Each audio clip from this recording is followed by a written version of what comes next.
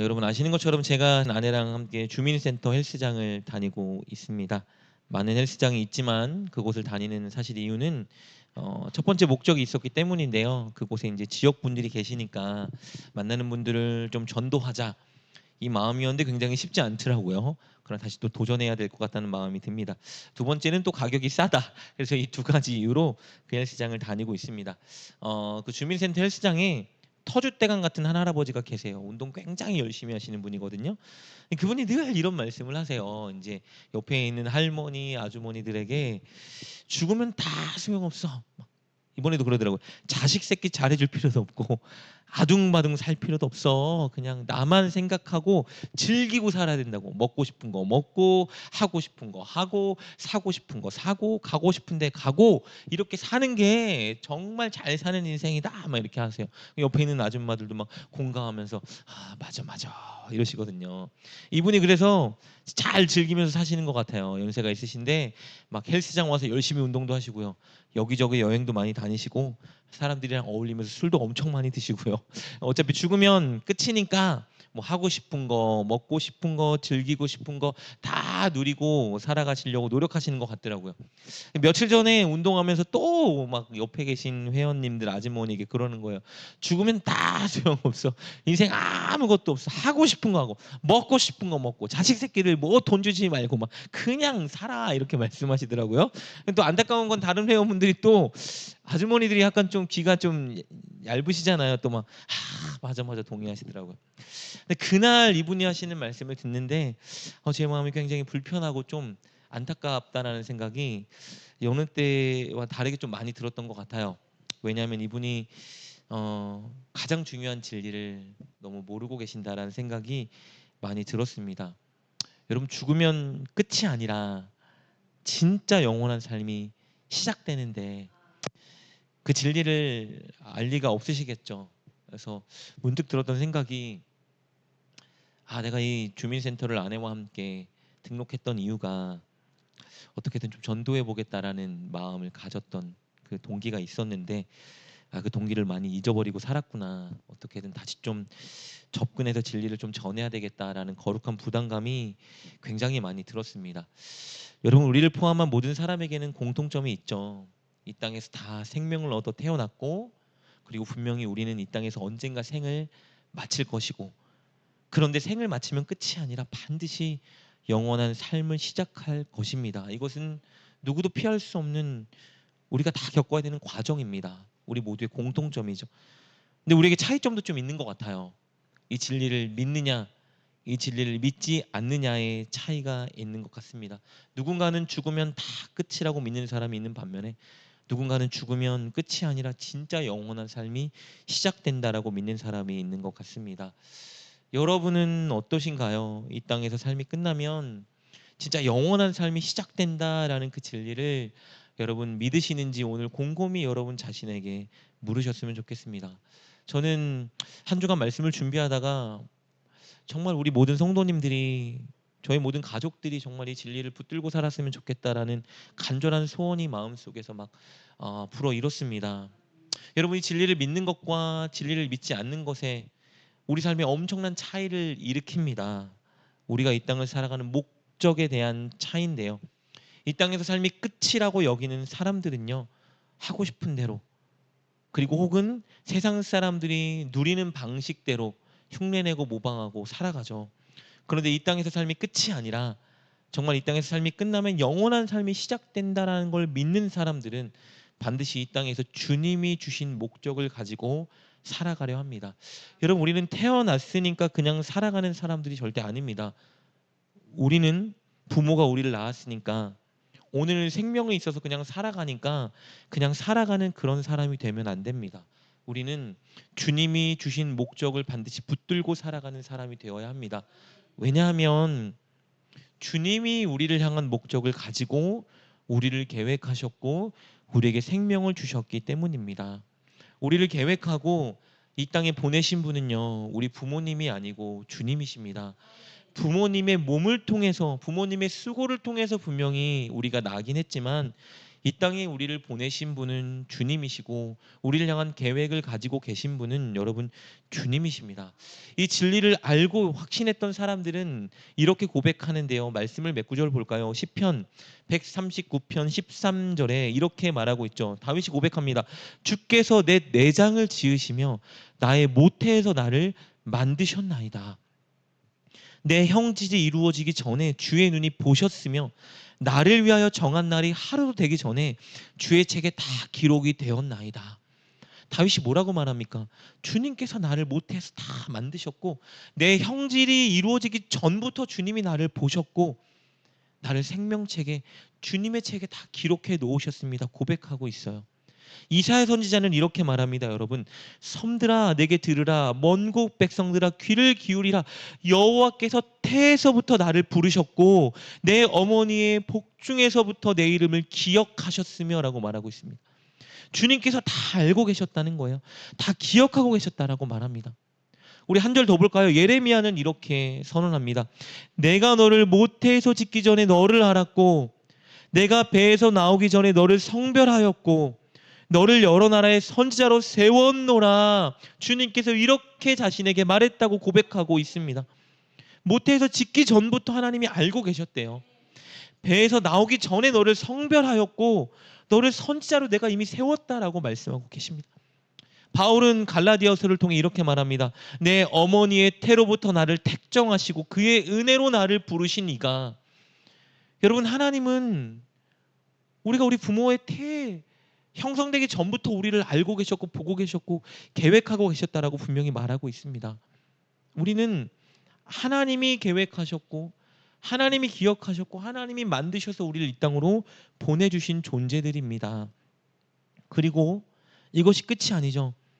하나님이 우리를 부르시면 우리 하나님께 가야 됩니다. 이 땅에 하나님이 우리를 보내셨지만 하나님이 우리를 부르시는 때가 있습니다. 그때를 애석하게도 우리는 알지 못해요. 그런데 하나님이 오늘이라도 우리를 부르면 우리는 이 땅에서 삶의 여정을 마치고 하나님께 돌아가야 됩니다. 그런데 그곳은 나쁜 곳이 아니에요. 하나님이 허락하신 영원한 천국이죠. 우리 예수님께서 공생애 때 제자들에게 요한복음 14장을 통해 이렇게 약속하신 것을 보게 되는데요. 제자들에게 직접 이렇게 예수님이 약속하셨습니다. 너희는 마음에 근심하지 말라. 하나님을 믿으니 또 나를 믿으라. 내 아버지 집에 거할 곳이 많도다. 그렇지 않으면 너희에게 일렀으리라. 내가 너희를 위하여 거처를 예비하러 가노니 가서 너희를 위하여 거처를 예비하면 내가 다시 와서 너희를 내게로 영접하여 나 있는 곳에 너희도 있게 하리라. 예수님께서 천국을 예비해 두셨대요. 우리가 영원히 거할 거처를 예비해 두셨고 그곳을 다 예비하신 이후에 우리를 부르시겠대요. 그럼 우리는 여러분 우리를 이곳으로 보내주셨던 하나님께로 돌아가야 합니다. 영원한 천국이 있어요. 이 땅에서 육신의 삶이 끝이 아닙니다. 반드시 끝나면 영원히 살아야 되는 진짜 인생이 우리에게 시작되는 것이죠. 바울은 어떻게 했는지 이 사실을 확신했고 이 비밀을 여러분 그가 하나님으로부터 받았습니다. 그래서 그때 어떻게 우리가 주님께 돌아갈 수 있는지를 그 과정을 이렇게 말해주고 있어요. 주께서 호령과 천사장의 소리와 하나님의 나팔 소리로 친히 하늘로부터 강림하시리니 아까 예수님께서 약속하신 그것을 이루실 때를 묘사하는 거예요. 그리스도 안에서 죽은 자들이 먼저 일어나고 그 후에 우리 살아남은 자들도 그들과 함께 구름 속으로 끌려올려 공중에서 주를 영접하게 하시리니 그리하여 우리가 항상 주와 함께 있으리라. 그러므로 이러한 말로 서로 위로하라. 언제일지 모르지만 주님께서 이 땅에 우리를 천국으로 인도하기 위해 오신대요. 하늘에서부터 나팔 소리가 들리면 주님이 오기 전에 먼저 육신이 죽었던 사람들의 육신이 다시 되살아나고 그때 살아있는 자들로 신령한 몸을 입고 공중에 올라가 주님을 영접하게 될 거래요. 그리고 영원한 천국으로 주님이 우리를 인도하실 것이다 라고 바울은 이 비밀을 발견하고 데살로니가 전서를 통해서 성도들에게 위로하고 있습니다. 죽음이 끝이 아니니 믿음을 지키느라 고난을 받고 고생하는 너희여 서로 이 진리로 위로하라 라고 말합니다. 여러분 죽음이 끝이 아닙니다. 죽으면 영원한 삶이 그때서야 진짜 시작됩니다. 우리는 하나님이 허락하신 이 땅에서의 인생을 이미 시작했고요. 그리고 하나님이 우리를 부르실 이 땅에서의 마지막 그 사이, 그 시작과 마지막의 중간길을 지금 살아가고 있는 거예요. 그런데 이 중간길을 그냥 살아가면 안 됩니다. 하나님은 우리가 이 중간길을 살아가게 하신 목적이 있기 때문에 오늘도 우리가 이 중간길을 살아갈 수 있도록 허락하신 겁니다. 아직 우리를 부르지 않으신 이유는요, 우리가 이 중간기 동안 이 땅에서 해야 될 일이 있기 때문입니다. 우리 인생에 목적이 있어요. 여러분, 그 목적이 뭐죠? 여러분 이미 다 너무 잘 알고 계십니다. 우리 주변 사람들에게 예수님을 증언하고 알리는 일입니다. 이 땅에서 죽으면 끝이 아니라 진짜 영원한 삶이 시작될 텐데, 그 영원한 삶 천국에서 살아가기 위해서 우리 예수님을 믿어야 됩니다 라는 이 진리를, 복음을 우리가 전하라고 오늘 우리가 살아갈 수 있는 인생을 주님께서 허락하고 계신다는 것을 우리가 알아야 합니다. 우리는 전도를 통해서 다른 사람들을 천국에서 영원히 살아갈 수 있는 길을 열어주는 삶을 살아야 합니다. 그것이 우리가 이 땅을 살아가는, 오늘을 살아가는 우리 인생의 목적입니다. 오늘 본문이 그 진리를 가장 잘 보여주는 본문 중에 하나입니다. 예수님이 이 땅에서 공생애를 시작하기 바로 직전에요, 한 사람이 수많은 사람들에게 예수님에 대해서 증언하기 시작했습니다. 그 사람은 우리가 너무 잘 아는 세례 요한입니다. 그가 예수님을 증언했던 이유는요, 그것이 중간길을 살아가게 하신 그를 향한 하나님의 목적이라는 걸 그가 너무나 잘 알았기 때문입니다. 그는 광야에서 외치는 자의 소리가 되어서 많은 사람들에게 외쳤습니다. 회개하라, 천국이 가까이 왔다. 우리를 구원할 그 메시아가 이제 곧 오실 것이다. 그를 맞이할 준비를 해야 된다라고 그가 선언하기 시작했어요. 그리고 그의 눈앞에 예수 그리스도가 오시자 그가 예수님을 증언하기 시작하는데요. 우리 본문 35절, 36절 말씀 볼까요? 이렇게 기록되어 있습니다. 또 이튿날 요한이 자기 제자 중 두 사람과 함께 섰다가 예수께서 거니심을 보고 말하되, 보라, 하나님의 어린 양이로다. 요한이요, 예수를 막 증언하자 수많은 사람들이 요한에게 몰려들었습니다.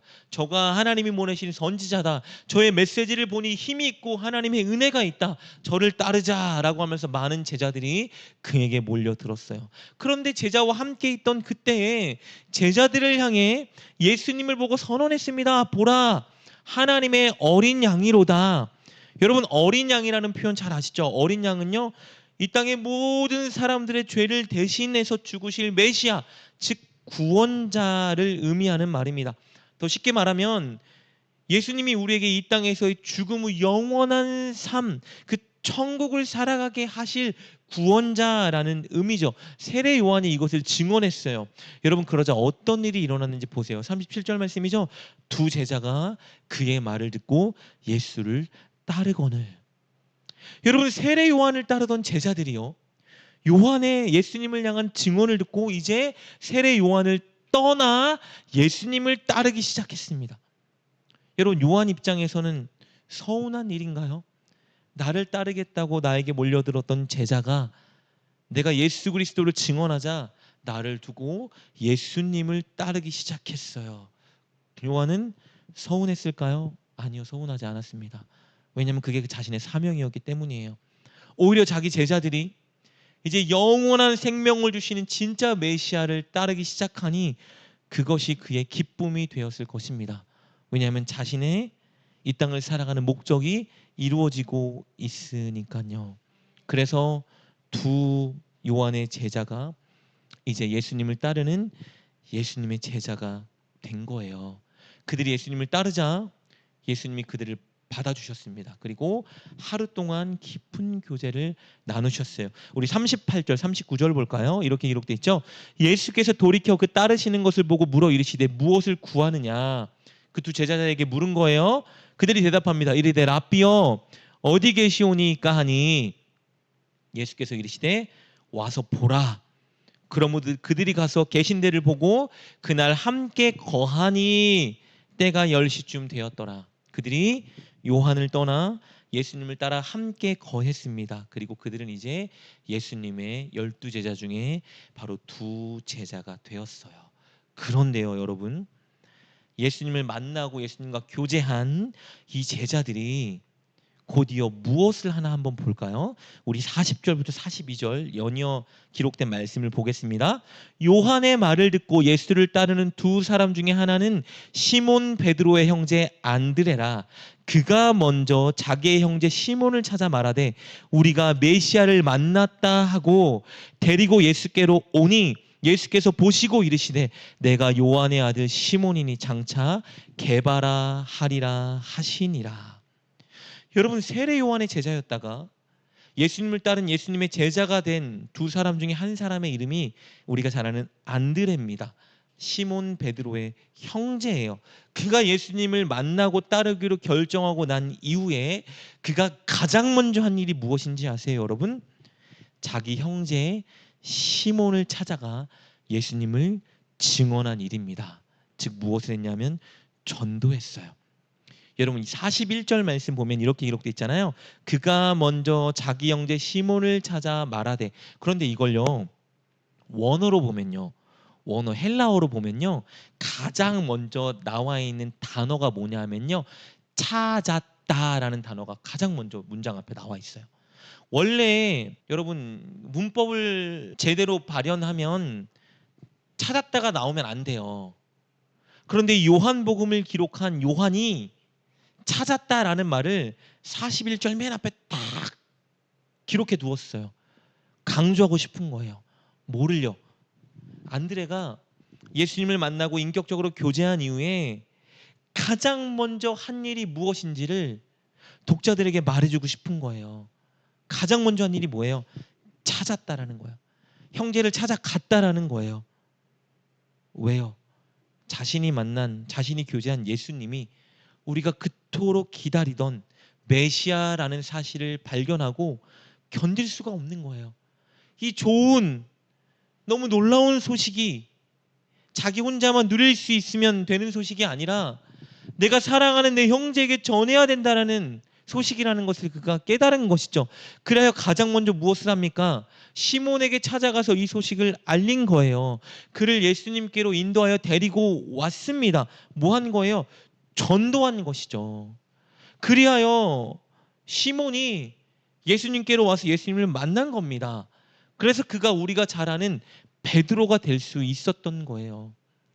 요한이 예수님을 증언했고 그 증언을 듣고 안드레가 예수님을 따라 예수님을 교제하고 믿게 되었고 그 안드레가 이제 자기 형제 베드로에게 가서 시몬에게 가서 예수님을 증언하고 예수님께 전도했고 베드로가 이제 뭐가 된 거예요? 예수님의 12 제자 중에 하나, 수제자가 되게 된 것입니다.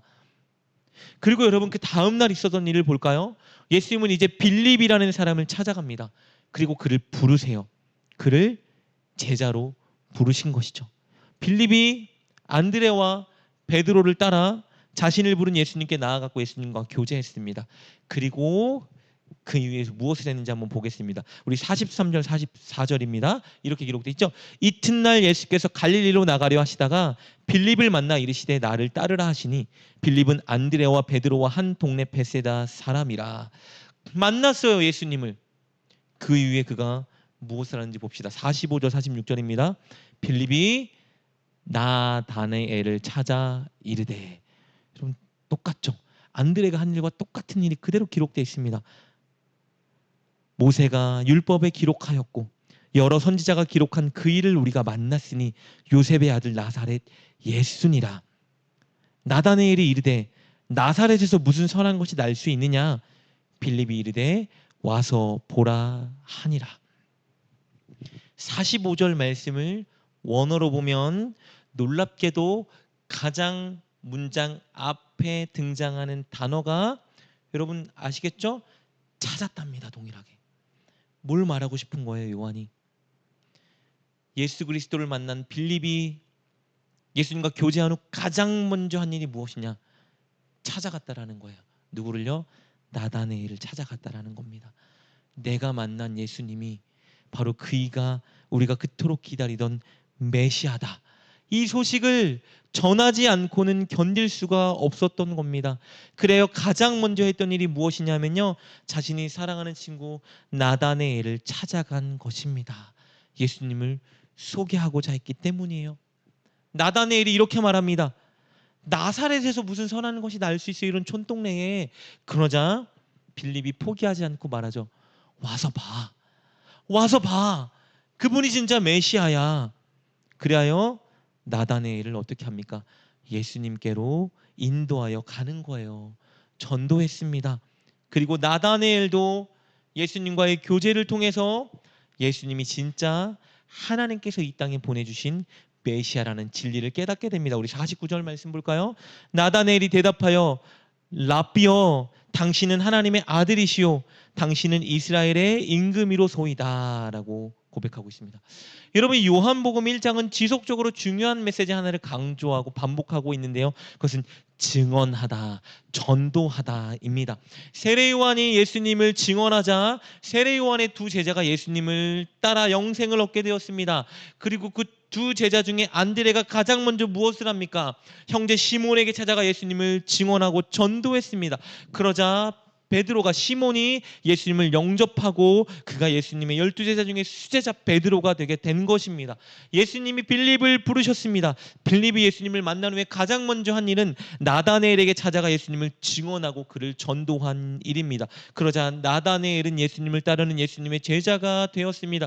오늘 이 요한복음 1장에 기록되어 있는 이 모든 사람들은 예수님의 12제자가 되었고요. 훗날 성령 받는 모든 사람들에게 예수님을 증언하고 전하는 전도자들이 되었습니다.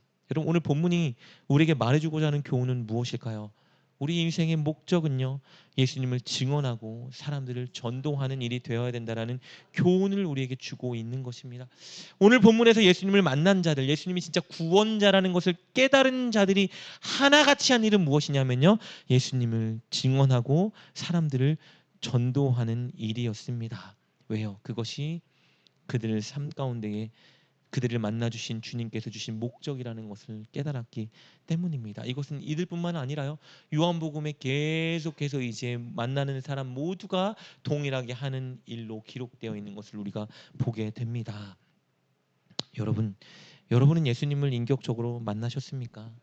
여러분, 정말 예수님이 진짜 구원자라는 것을 믿으십니까?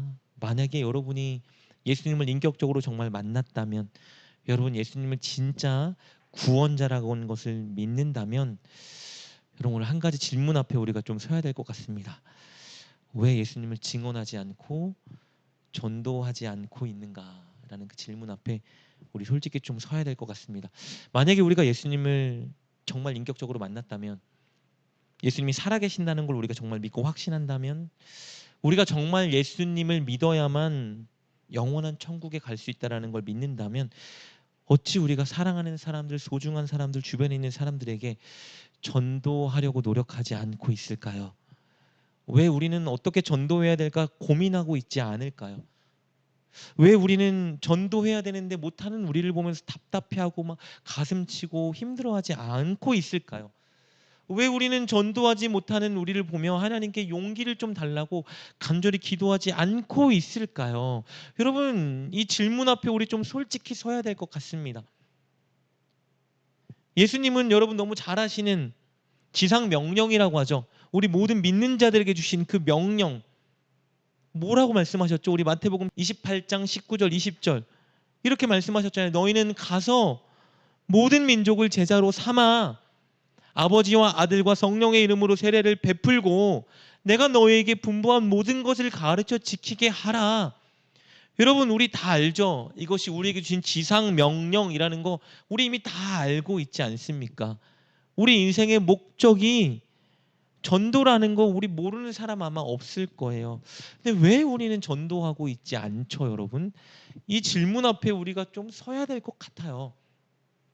여러분, 탕자의 비유 아시죠? 둘째 동생이 아버지에게 유산을 땡겨달라고 건방진 소리를 하고 아버지의 유산을 받아 집을 나갔습니다.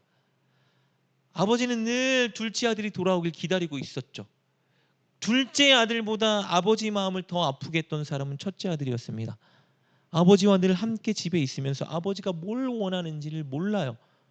아버지는 첫째 아들이 나가서 둘째 아들을 찾아오기를 기대하고 여러분 기다리고 있었던 겁니다. 첫째 아들은 전혀 집 나간 둘째 아들에게 관심이 없어요. 나쁜 놈이라고 정죄하고 비난만 하고 있죠. 그가 집으로 돌아왔을 때 첫째 아들은 기뻐하지 않습니다. 아버지는 너무 기뻐서 잔치를 베풀고 계신데 죽었다가 돌아온, 내가 잃었다가 돌아온 그 둘째 아들이 돌아왔으니 얼마나 기쁜의 잔치를 벌이는데 첫째 아들은 화가 났습니다. 어째 저런 나쁜 놈에게 잔치를 베풀어 주십니까? 첫째 아들은 착각했어요. 늘 아버지와 같은 집에 있으니까 내가 정말 아버지를 기쁘게 만드는 효도하는 아들이지. 우리도 어쩌면 그럴지도 몰라요. 나들 예배 드리니까, 주일 성수 하니까, 적당히 뭔가 하니까 나 정말 하나님이 기뻐하는 다른 사람보다는 좀 다른 그리스도인이지. 그런데 증언하지 않고 있다면, 전도하지 않고 있다면 우리는 사실 탕자 비유의 첫째 아들과 같은 모습으로 살아가고 있을지도 모릅니다. 왜 우리는 전도하지 않을까요? 왜 우리는 증언하지 않을까요? 둘 중에 하나 아닐까요? 첫 번째 이유는요, 우리는 어쩌면 예수 그리스도가 진짜 구원자라는 진리를 확신하고 있지는 않는 겁니다. 머리로만 알고 있는 거죠. 지식으로만 알고 있는 거예요. 진짜 확신하는데 어떻게 전하지 않을 수가 있습니까? 혹은 우리는 어쩌면 최근에 예수님과의 깊은 교제를 경험하고 누리지 못하고 있는 겁니다. 왜냐하면 성경을 보면요, 예수님을 만나고 예수님과 교제한 사람들은 다 나가서 예수님을 증언했거든요. 우리가 증언하지 못하고 있다는 건 우리는 어쩌면 예수님을 경험하지 못하고 살아가고 있는 거예요. 지난날 언젠가는 경험했겠죠. 수련회 때, 여름 성경학교 때, 아니면 처음 주님을 만났을 때, 그때는 주님을 경험했을지 몰라도 지금은 진짜 주님을 경험하지 못하고 살아가는 거예요. 지금 살아계신 주님, 나를 사랑하고 나와 함께 하시고 나를 위로하고 내게 힘주시고 나를 인도하시는 그 주님과 깊은 교제를 못 나누는 거예요. 그러니까 전할 수 있는 게 없죠. 전해야 되겠다는 기쁜 마음이 없는 겁니다. 왜요? 예수님과의 교제가 없으니까요. 우리가 가장 먼저 회복해야 되는 것은 무엇이냐면요, 여러분, 예수님을 다시 경험해야 되는 것입니다. 우린 예수님을 다시 경험해야 돼요, 여러분. 예수님을 인격적으로 만나야 됩니다. 여러분, 10년 전에 5년 전에 예수님을 만난 것으로는 살아갈 수가 없습니다. 오늘 예수님을 만나셔야 돼요. 이번 주에 예수님을 만나셔야 됩니다. 예수님이 주시는 은혜를 누려야만 예수님을 전하고 싶은 마음이 들기 때문이에요. 예수님이 얼마나 좋은 분인지를 내가 경험해야만 그 주님을 전하지 않고는 견딜 수가 없기 때문입니다. 내가 주님을 전하지 않고 있다라면 나는 지금 주님을 경험하고 누리고 있지 못하는 것입니다. 여러분, 예수님을 경험하고 만나야 됩니다. 날마다 예수님을 경험하고 만나셔야 돼요. 어떤 집회 갔을 때 예수님 만나는 것으로 안 됩니다. 오늘 만나야 돼요. 내일도 만나야 되고 모레도 만나야 됩니다. 늘 예수님을 만나고 경험하는 그 자리에 저와 여러분이 서야 합니다. 어떻게 예수님을 만날 수 있죠? 답은 다 정해져 있어요, 여러분. 예배 자리에 나와야 돼요. 말씀을 배우고 읽는 자리에 서셔야 되고요. 기도하는 그 자리를 사수하셔야만 합니다. 그것밖에 답이 없어요, 여러분. 기도하지 않으면 절대 예수님을 경험하고 만날 수가 없습니다. 여러분, 하루 중에 기도하고 계십니까? 얼마나 기도하고 계세요, 여러분? 주일날 금요기도회 때 한 번 기도한 걸로 혹시 살아가려고 하신다면 여러분, 안 됩니다. 그걸로는 주신 사명을 감당할 수가 없습니다. 늘 기도하고 말씀을 읽고 예배하는 그 자리를 어떻게 하든지 사수하셔야 돼요. 그래서 주님의 위로를 받건 주님의 소망을 받건 주님의 약속을 받건 주님이 주시는 감동을 받건 어찌하든 그 자리에서 주님을 만나고 교제하며 주님이 살아계신다, 좋은 분이라는 확신을 내 마음에 가져야 합니다. 그래야만 주님을 전하고 싶고 전도하는 그 자리에 설 수 있는 것입니다. 여러분, 우리는 안타깝게도요, 저를 포함한 어쩌면 여러분들도 이미 답이 다 주어져 있는데 우리는 도통 답을 붙잡으려고 하지 않습니다. 우리는 우리가 하고 싶은 일, 경험하고 싶은 일, 원하는 일을 위해서는 어떤 노력도 기울이는데 주님을 만나고 주님과 깊은 교제를 위해서는 그렇게 많은 노력과 희생을 기울이려 하지 않는 것 같아요. 우리는 세상 사람들이 하는 말, 조언, 평가는 엄청 신경 많이 쓰고 귀 기울이고 그렇게 따라해 보는데 성경에서 우리에게 말해주는 권면에는 도통 귀를 기울이지 않고 시도하려 하지 않을 때가 너무나 많이 있습니다.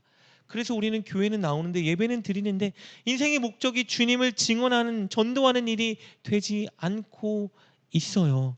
내가 원하는 일, 그것 하고 세상 사람들이 하는 일, 그것 나도 경험하고 누리고 즐기는 것이 우리 인생의 목적이 될 때가 너무나 많이 있습니다. 이것이 사실 오늘을 살아가는 그리스도인들의 현실이고 저와 여러분의 현실일 수도 있습니다. 여러분, 저는 이번 주에 말씀을 준비하면서 너무 두려웠던 것 중에 하나가요, 제가 주님이 주신 사명에 관심이 없고 사명과 관련 없는 삶을 살지는 않을까, 그것이 너무 두려웠고, 더 두려웠던 건 무엇이었냐면요, 우리 성도님들이 그냥 사니까 사는 사람이 되면 안 될 텐데 그냥 사니까 사는 사람은 아닐까, 이것이 너무 두려웠습니다. 오늘 태어났으니까, 오늘 생명이 있으니까 그냥 사는 대로 평상시와 동일하게 일하고 돈 벌고 먹고 싶은 거 먹고 즐기고 싶은 거 즐기고 살아가는, 혹시나 그런 사람이 되면 안 될 텐데 그렇게 되지는 않을까, 너무 두렵고 떨렸습니다. 여러분, 저도 여러분도 그런 사람이 되면 안 됩니다. 태어났으니까 사는 사람이 되면 안 돼요. 여러분, 눈을 떴는데 생명이 붙어있고 건강이 있으니까 살아가는 사람이 되면 안 됩니다. 우리는 오늘 우리에게 주님이 주신 그 목적을 이루기 위해 살아가는 그 사람이 되어야 합니다. 여러분, 사람들에게 예수님을 증언하고 사람들에게 예수님을 알리며 사람들을 전도하는 목적을 가지고 살아가는 그 사람이 되어야 합니다. 설령 그 일에 오늘 최선을 다해 힘쓰지 못한다 하여도 내 마음속 한켠에는 나 그렇게 살아야 되는데, 그것이 내 인생의 목적인데 오늘 또 못 살았다, 어떡하지, 어떻게 그렇게 살아갈 수 있지, 주님 좀 도와주세요 하는 마음은 우리가 가지고 살아갈 수 있어야 한다는 것입니다. 그것이 주님이 오늘 이 중간길을 살아가게 하신 목적이고 우리가 오늘을 살아가게 하신 이유이기 때문입니다. 사랑하는 여러분, 지체하지 마시고 이제 좀 증언하는 삶, 전도하는 삶을 살아가는 저와 여러분 되었으면 좋겠습니다. 물론 쉽지 않은 것 제가 누구보다 잘 압니다. 저도 너무 어려워요. 전도하는 거 힘듭니다. 두렵고요, 부담스럽고요, 괴롭기도 해요. 그런데 어떡합니까? 주님이 우리에게 요구하신 일 아닙니까? 그 자리에 서야죠. 서기 위해서 한 가지 반드시 붙잡으셨으면 좋겠어요. 주님과 교제의 자리를 확보하셔야 됩니다. 여러분, 주님을 만나면, 주님이 주시는 은혜를 맛보면 살아갈 수 있어요. 전도할 수 있어요. 증언할 수 있습니다. 그런데 오늘 주님이 주시는 은혜를 맛보지 못하면, 우리 심령이 메마르면 우리는 전도하지 못하는 겁니다. 두렵고 떨리기만 할 뿐입니다. 그러니 사랑하는 여러분, 오늘 다시 좀 결단하는 저와 여러분 되었으면 좋겠습니다. 여러분, 우리 날마다 주님이 요구하시는 그 은혜의 자리로 나아가는 저와 여러분 되었으면 좋겠습니다. 여러분, 기도하는 자리에 서셔야 됩니다. 기도하세요. 여러분 소원을 위해서도 기도하고, 여러분 미래를 위해서도 기도하고, 여러분 염려를 위해서, 문제를 위해서 기도해야 되지만 무엇보다요, 예수님과 교제하기 위해서 기도하는 여러분 되셨으면 좋겠습니다. 예수님이 얼마나 좋은 분인지, 예수님이 여러분을 얼마나 사랑하시는지, 예수님이 여러분에게 뭐라 말씀하시는지를 듣기 위해 날마다 명절에도 공휴일에도 쉬는 날에도 일하는 날에도 기도하는 여러분 되셨으면 좋겠습니다. 늘 예배의 자리를 사모하고 예배하기 위해 힘쓰는 여러분 되셨으면 좋겠습니다. 예배를 통해 주시는 하나님의 은혜를 맛보시고 하나님 말씀을 통해 여러분에게 무엇을 요구하시는지를 깨닫기 위해 말씀의 자리에 서는 여러분 되셨으면 좋겠습니다. 꼭 날마다 예수님의 은혜와 사랑을 경험하는 저와 여러분 되셨으면 좋겠고, 그 은혜, 사랑을 경험하는 것을 우리만 품지 말고 용기를 내어 여러분 우리 주변에 있는 사람들에게 증언하는 삶, 전도하는 삶을 살아가는 저와 여러분 되었으면 좋겠습니다. 두려워하지 마십시오. 저와 여러분이 증언할 때, 전도할 때에 역사는, 일은 하나님이 하십니다. 우리가 해야 될 일은 그냥 나누고 증언하고 여러분 예수님을 자랑하는 일입니다. 그 이후의 일은 주님이 하실 거예요. 열매는 주님이 맺게 하십니다. 여러분, 우리의 목적은 증언하고 전도하는 그 일입니다. 오늘부터 일평생 살아가는 날 동안 이 목적 놓치지 마시고 여러분 이 목적을 이루기 위해 애쓰고 힘쓰고 기도하는 저와 여러분 되기를 주님의 이름으로 축복합니다. 우리 함께 말씀을 붙들고 기도했으면 좋겠습니다. 하나님,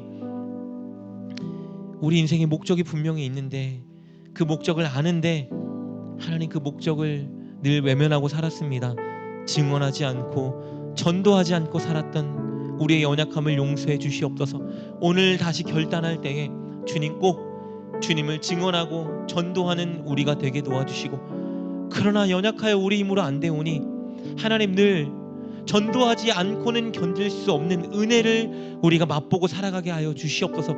그것을 위해 이제 오늘부터 기도의 자리, 말씀의 자리, 예배의 자리를 확보하며 살아가겠습니다. 하나님 꼭 그 자리를 확보하며 주님이 날마다 주시는 은혜를 경험하고 주님을 증언하는 우리가 될 수 있게 인도하여 주시옵소서. 한번 믿음으로 결단하며 주께 기도하며 나아가겠습니다. 기도하겠습니다.